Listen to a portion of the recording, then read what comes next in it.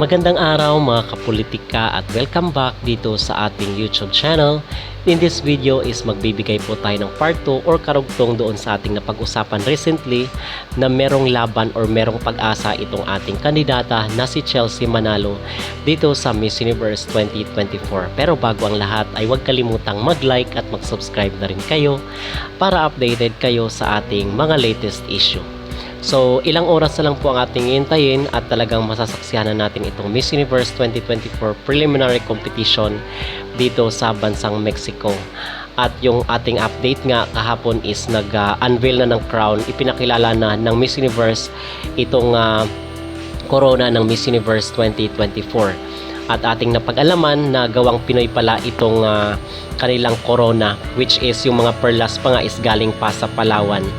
So basically mga kapolitika ay 2 years daw pala na pinaghandaan at ginawa yung konsepto nitong Jewelmer Crown, itong Light of Infinity daw, which symbolizes dito nga sa mga katangian ng mga Pinoy. So talagang na-amaze ang lahat at nagandahan dito sa corona. At ang sabi nga doon sa report mga kapolitika ay 2 taon daw yung binuno nila para dito sa pagbuo ng konsepto ng corona ng Miss Universe 2024.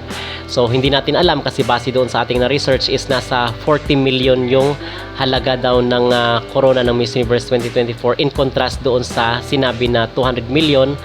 And then ang sabi naman nung may-ari ng Jewelmer, ang sabi niya is priceless daw.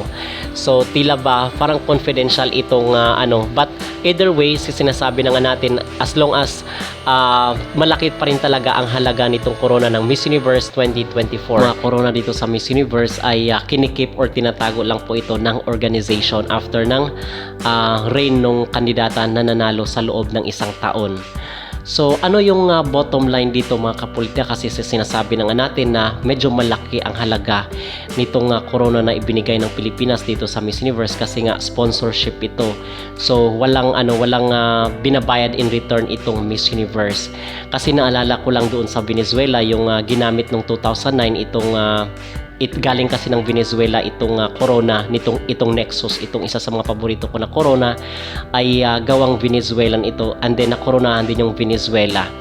Okay, so hindi naman ibig sabihin na gawang Pinoy ay Pilipino rin yung mga koronahan dito sa Miss Universe 2024. So hindi naman yun ang point natin. Ang point natin is at least meron tayong ambag or naging sponsorship, kasi iba nga talaga ang dating pag magaling yung yung kandidata natin, at the same time meron kang ambag dito sa Miss Universe, kasi hindi naman pwede na dahil sa atin lang galing yung corona and then ibibigay din sa atin yung corona or yung karangalan. Siyempre pagsisikapan rin po yan ng ating pambato dito sa Miss Universe 2024 na si Chelsea Manalo. Okay, so ang bottom line ay kung galing sa Pilipinas, merong yan mga kapunta, merong weight, merong bigat kung saan ay pwede talaga na si Chelsea Manalo. At yung sinasabi natin na may laban, at ang sabi pa nga ni Chelsea Manalo ay naka-align na daw yung mga stars. Okay, so mamaya na po itong preliminary competition, ilang oras na lang po ang ating aantayin. At talagang masasaksihan na natin kung talagang mag-shine, kasi ang sinasabi doon sa report ay ang basihan daw sa top 30 mga kapolitika ay doon sa interview at the same time dito sa preliminary competition. So kung gusto mo pasama dito sa top 30 ay kinakailangan na nag-perform at maganda yung kinalabasan outcome nung interview at the same time dito sa preliminary competition.